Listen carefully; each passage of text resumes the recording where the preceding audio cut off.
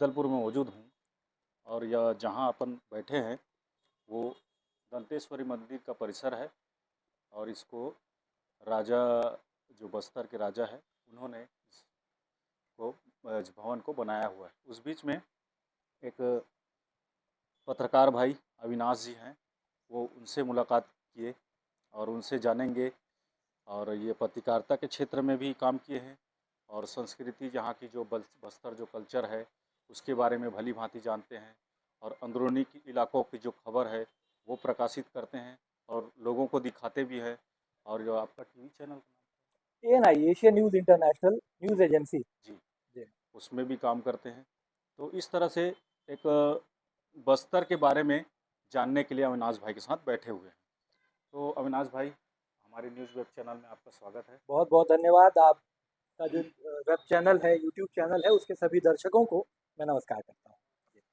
तो ये जो बस्तर है, यहाँ के लोग बहुत सीधे साधे लोग हैं और जो कल्चर है एकदम लोक लुभावना है। और कहा जाए कि यहाँ के लोग अ, मतलब एकदम प्रेम सद्भाव से रहना पसंद करते हैं। उस बीच में आती है एक बात, यहाँ जो काफ़ी वर्षों से जो नक्सल प्रभावित क्षेत्र रहा है, उस क्षेत्र में आप पत्रकारिता करते हैं और आपकी खबर जो आती है हम देखते हैं।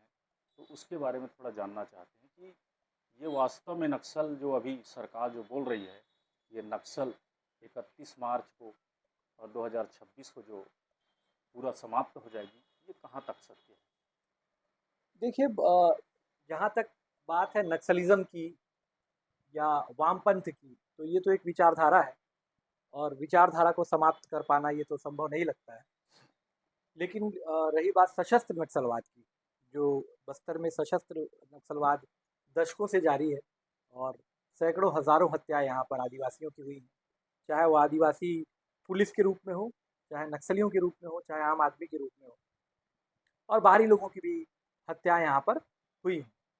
तो फिलहाल जो कुछ दिखलाई दे रहा है उसमें ये दिखलाई दे रहा है कि केंद्र की बीजेपी सरकार और साथ ही छत्तीसगढ़ की भी बीजेपी सरकार और आसपास के वो राज्य जहाँ पर भारतीय जनता पार्टी की सरकारें हैं, इनका एक समन्वित प्रयास चल रहा है जिसमें आक्रामक रणनीति अपनाई गई है नक्सलियों के खिलाफ। और साथ ही एक ऑप्शन ये भी रखा गया है कि या तो नक्सली समर्पण कर दें या मारे जाएं या गिरफ्तार कर लिए जाएं।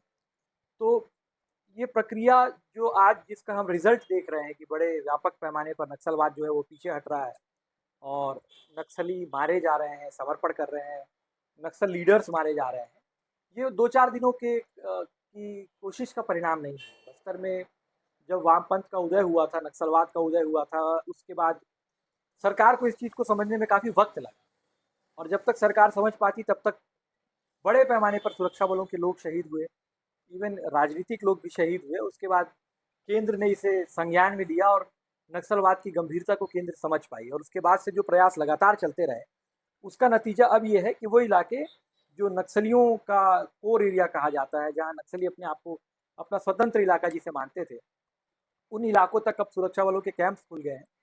और क्योंकि उन इलाकों में अब सुरक्षा बल के कैंप खुल गए हैं, तो वहाँ से ऑपरेशन कर पाना सुरक्षा बलों के लिए जो है ईजी हो गया है और नक्सलवाद अब पीछे हटा है। साथ ही ये भी देखने में आता है कि क्योंकि वहाँ पे मोबाइल के नेटवर्क पहुँचे हैं और अंदरूनी क्षेत्र के जो लोग हैं, उनका जो जुड़ाव है वो बाहरी दुनिया से हुआ है, तो चीज़ों को समझने का उनको मौका मिला है, उनको स्कोप मिला है, तो वो भी चीज़ों को समझ रहे हैं।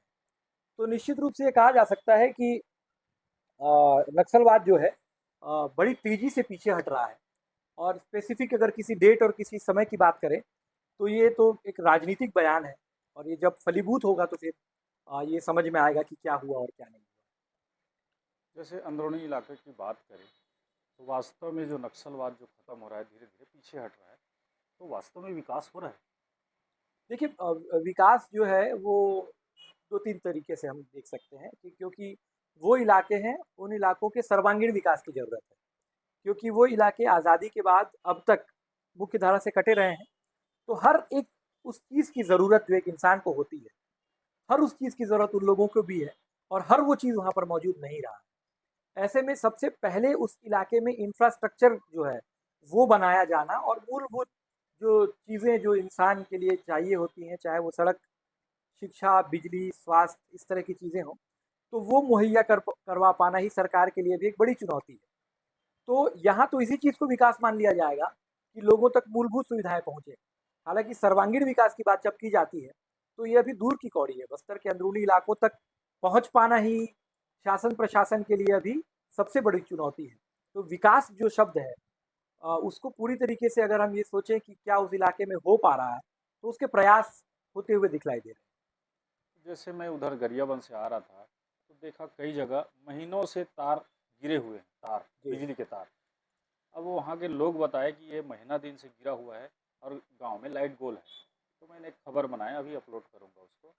और उसके बाद उस गांव में पता चलता है कि 10 वर्षों से मनरेगा से काम किए हुए का उसका पेमेंट राशि नहीं जो हुआ है। है, पेमेंट, वो रुका हुआ है।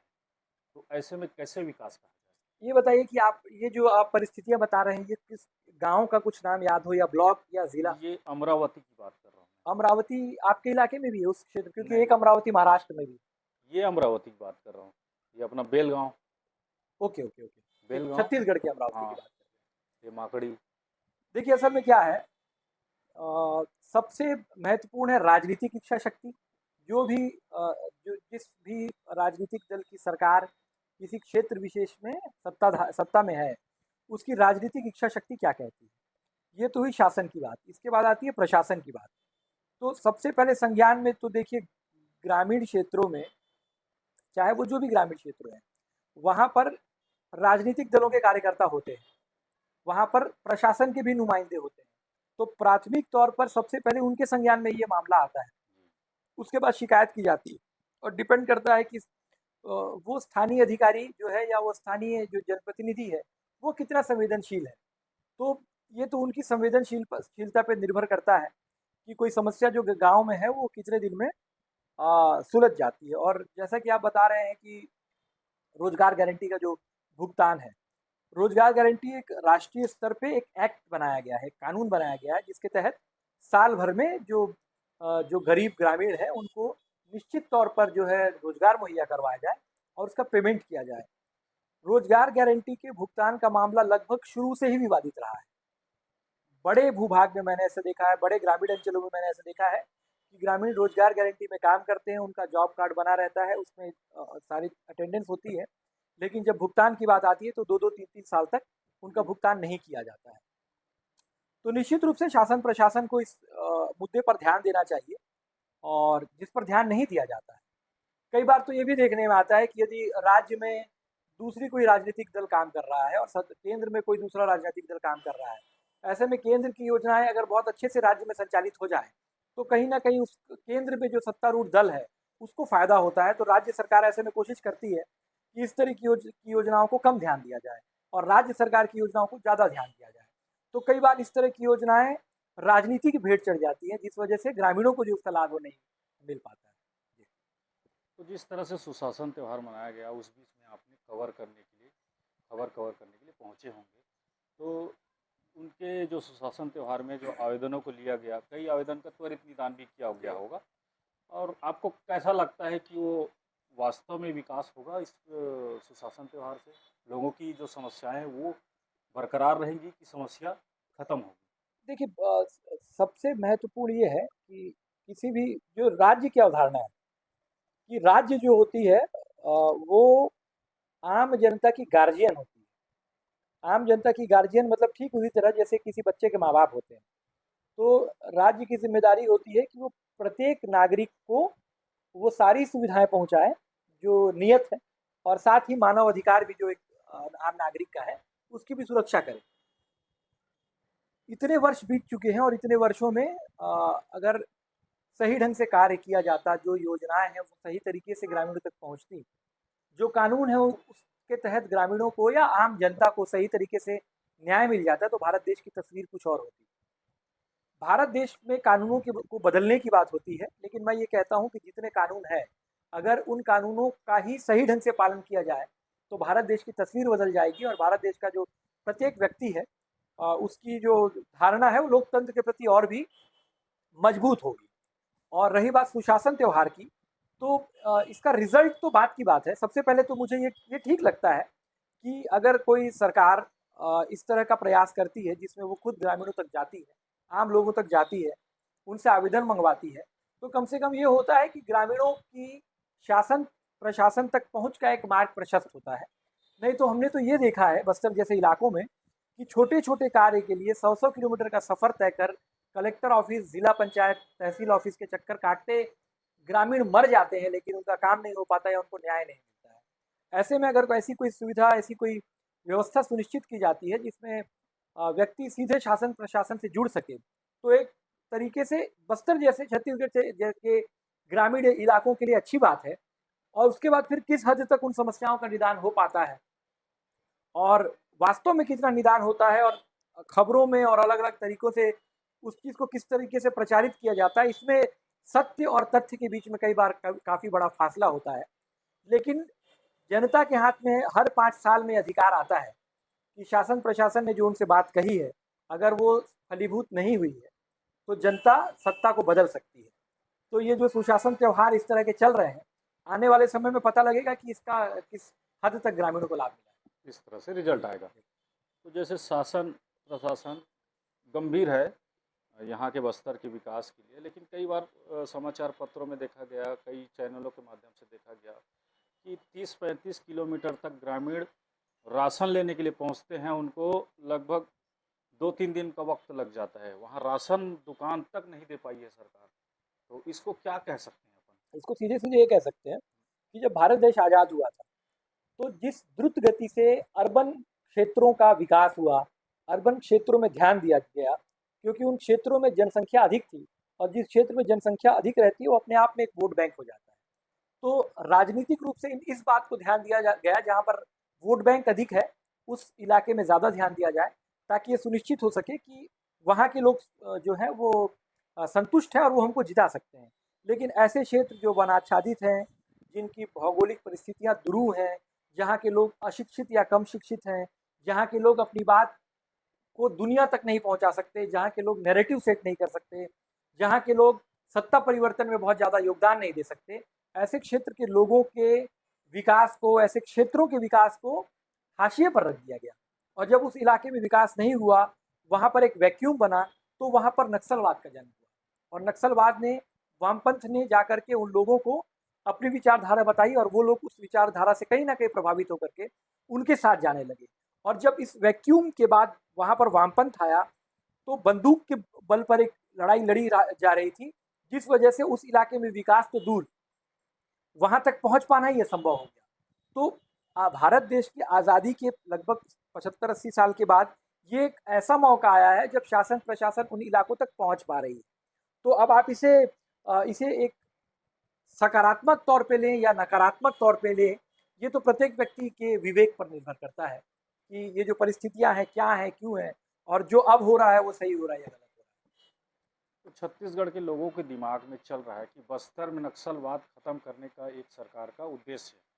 जैसे यहाँ पे जो नगरनार की बात करें, बैलाडीला की बात करें, या फिर और भी जो जहाँ इतने लॉ एस्क है उसको प्राइवेट सेक्टर को देने की बात कर है। रहे हैं।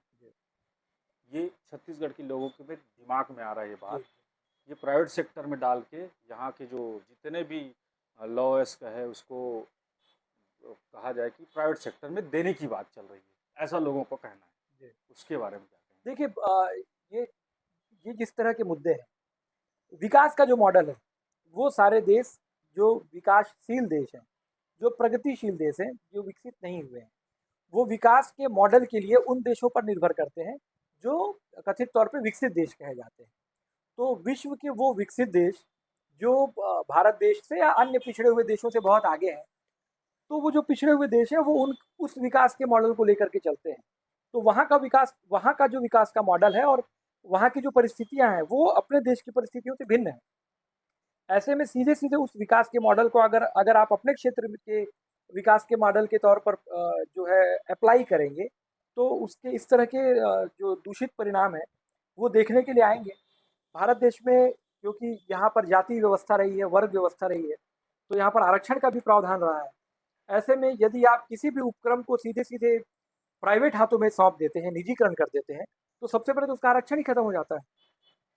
तो जिन जिन समस्याओं को लेकर के, जिस संवेदनशीलता को लेकर के भारत देश में नियम कानून बनाए गए हैं, उन लोगों के लिए जो दलित हैं, पिछड़े हैं, उन लोगों के लिए जो नियम कानून बनाए गए हैं, किसी भी प्रकार का निजीकरण करने से पहले ये बिल्कुल ध्यान देना चाहिए कि जिस अवधारणा के साथ वो कानून बनाए गए थे और वो लाभ जो दलित पिछड़ों को मिलना चाहिए था, अगर इस तरह निजीकरण से वो लाभ दलित पिछड़ों को नहीं मिल रहा है, तो कुछ ना कुछ ऐसे उपाय किए जाने चाहिए ताकि निजीकरण से जो नुकसान आम लोगों को होना है, वो ना हो।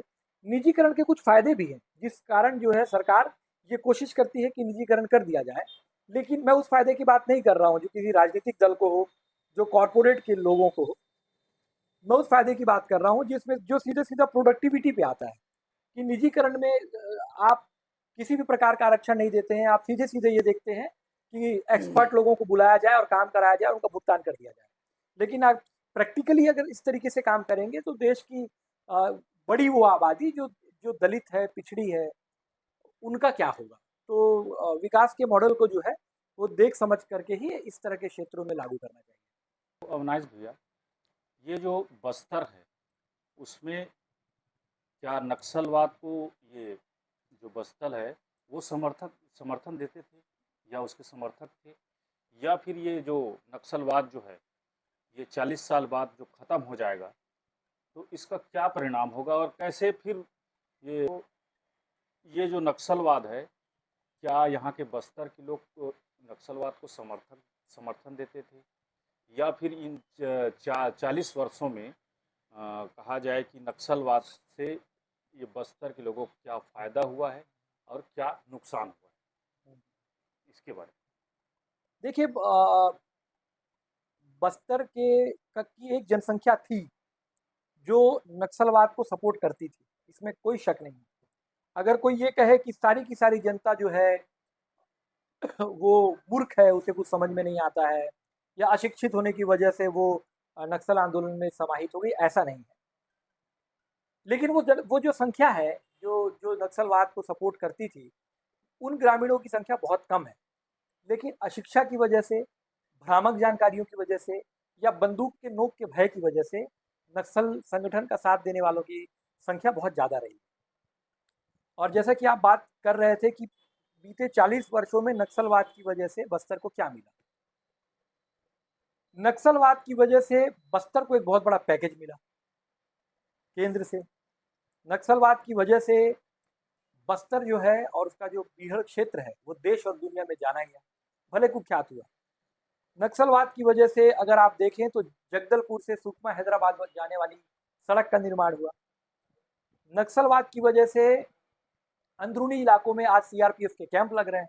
नक्सलवाद की वजह से आज उन इलाकों का विकास हो रहा है। हालांकि नक्सलवाद ये नहीं चाहता था कि इन इलाकों में सरकार आकर के विकास करे। उनकी मंशा ये नहीं थी कि वो सड़कें बन जाए, लेकिन वजह यही रही क्योंकि जिस तरीके से नक्सल प्रभाव के चलते वो इलाके कट गए, वहाँ पे जघन्य हत्याएं हुई और वहाँ के लोगों ने कथित विद्रोह शुरू किया। तब जो है देश विदेश का केंद्र का ध्यान जो है वो बस्तर की तरफ गया। तब मीडिया में लाइमलाइट में बस्तर आया। तब ये दबाव बना केंद्र पे और राज्यों पे कि अब बस्तर को ध्यान देना पड़ेगा क्योंकि अब पानी जो है वो सर से गुजर चुका है। लेकिन नक्सलियों ने खुद हो करके बस्तर को क्या दिया, अगर आप ये पूछेंगे तो ये सवाल जो है ये इसको सुनने के बाद थोड़ी देर तक तो सोचना ही पड़ता है। हम ये देखते थे कि अंदरूनी इलाकों में मैं कुछ एक बार नक्सलियों के कैंप भी गया हूँ और कुछ नक्सल नेताओं से मैंने इंटरव्यू भी किया है और इस तरह के सवाल जो सवाल आप उससे कर रहे हैं मैंने उनसे भी किया है। तो उनका ये कहना था कि जैसे मेरा सवाल था एक एक नक्सली कमांडर था अबूझमाड़ का, उससे मेरा ये कहना था, पूछना था कि इन इलाकों को, जिन इलाकों को आप लोगों ने काट दिया है, इन इलाकों में स्कूल आप लोगों ने तोड़ दिए हैं, तो इन इलाकों के बच्चों को शिक्षा कहाँ से मिलेगी। तो उनका कहना था कि हम खुद स्कूल चलाते हैं, बेसिक शिक्षा देते हैं और माओवाद की पढ़ाई वहाँ पर करवाते हैं। तो नक्सलवाद ने बस्तर में ये दिया कि आदिवासियों के जो बच्चे हैं उनको बेसिक शिक्षा की कोशिश की और माओवाद का पाठ पढ़ाया।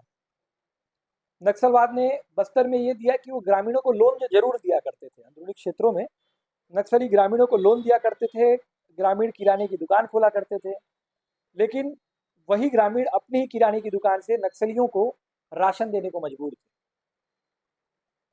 नक्सली लेवी वसूली करते थे, चाहे वो तेंदुपत्ता के सैकड़ों करोड़ रुपए की लेवी हो, चाहे वो इंसान जो नक्सल क्षेत्रों में किसी भी प्रकार का धंधा कर रहा हो, चाहे वो ट्रैक्टर चला रहा हो, उन लोगों से टैक्स लिया करते थे। बहुत सारे अंदरूनी इलाकों में मोहल्ले में ग्रामीणों को इकट्ठा करके नक्सलियों ने कुछ सड़कें भी बनाई, जिन्हें आप कहेंगे कि अर्थवर्क जैसा कुछ कार्य किया। लेकिन वृहद रूप में अगर आप देखें तो नक्सलवाद के आने के बाद बस्तर में आदिवासियों की हत्याएं हुई और बहुत बड़े पैमाने पर हत्याएं हुई। इनका ये कहना था कि एक समय में हम 2050 के आसपास भारत देश के लाल किले में अपना लाल झंडा जो है वो फहराएंगे और तब हम ये घोषणा करेंगे कि बस्तर में भारत देश में जो नक्सलवाद का वामपंथ का वर्चस्व है, और उसके बाद जो है चीज़ें जो है वो नियम कानून से चलने लगेंगी। लेकिन बड़ी संख्या में आदिवासियों को ये नहीं मालूम था कि वो कौन सी लड़ाई लड़ रहे हैं।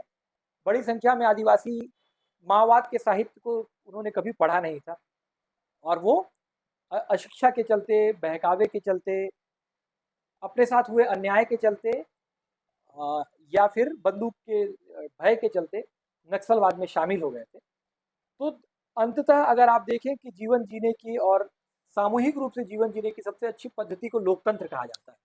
तो यदि लोकतंत्र की जो अवधारणा है उसको सही तरीके से अप्लाई किया जाए किसी क्षेत्र में, तो आज भी मैं ये कहता हूँ कि लोकतंत्र से बड़ा जीवन जीने का, शासन करने की कोई जो पद्धति है वो नहीं हो सकती, और वामपंथ तो बिल्कुल भी नहीं हो सकती, क्योंकि वामपंथ का इतिहास लाखों करोड़ों बेगुनाह के खून से सना हुआ इतिहास है। ऐसे में वामपंथ ने क्या दिया ये बताने की बहुत ज़्यादा ज़रूरत नहीं। बहुत अच्छा जानकारी दिए अविनाश भाई। तो ये थे जगदलपुर के अविनाश भाई, जो NAI TV के रिपोर्टर हैं ANI, जी हाँ। और वरिष्ठ पत्रकार हैं, जो लगातार खबरों को दिखाते रहते हैं और लोगों के बीच पहुंचते हैं, समस्याओं को दिखाते हैं, और बहुत अच्छा जानकारी भी दिए। और मैं बहुत बहुत धन्यवाद देता हूँ धन्यवाद, अविनाश आप भाई सभी का। का भी धन्यवाद। और आगे भी हमारी मुलाकात होती जरूर रहेगी। जरूर, आप लोग बस्तर आइए, आपके दर्शक भी बस्तर आए, आप सभी का स्वागत है। जी, आप भी गरियाबंद जिले आइए, जरूर जरूर, आपका गरियाबंद हम स्वागत लोग है। आते हैं, और एक हमारी मूवी आने वाली है, छत्तीसगढ़ी मूवी, जी हाँ। जिसमें गरियाबंद के बहुत सारे कलाकारों ने काम किया। चलिए। धन्यवाद।